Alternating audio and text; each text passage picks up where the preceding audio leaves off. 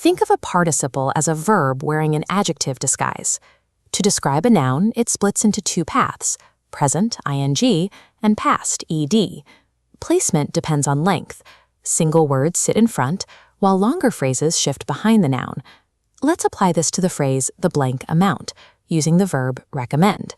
This single word sits directly in front of the noun.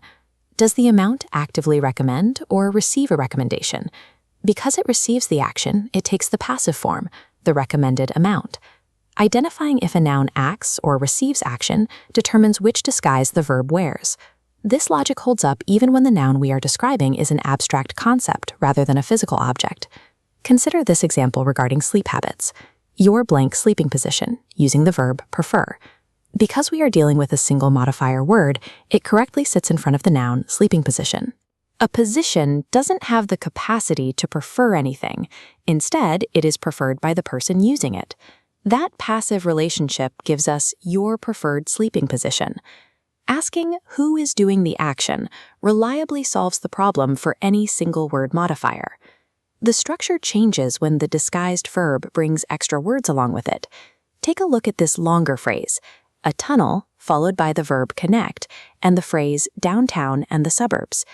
Because the verb has those attached words, downtown and the suburbs, the entire modifying chunk must move after the noun tunnel. There is a structural indicator we can look for here. If there is a direct object sitting immediately to the right of the blank, as we see here with downtown and the suburbs, the grammar reveals the answer. The presence of an object proves the tunnel is actively performing the connection. This requires the active ing form, a tunnel connecting downtown and the suburbs. Try this one.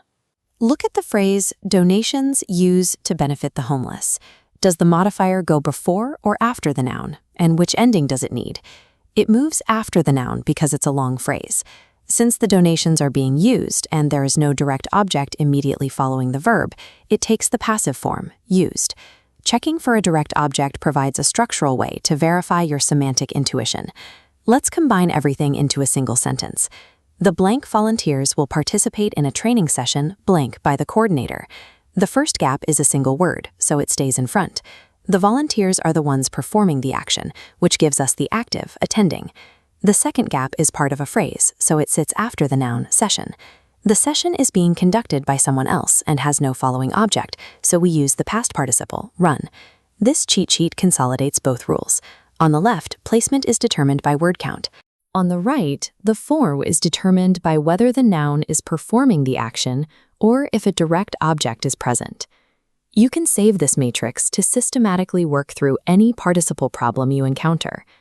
Mastering these modifiers comes down to a reliable two-step checklist of placement and structure.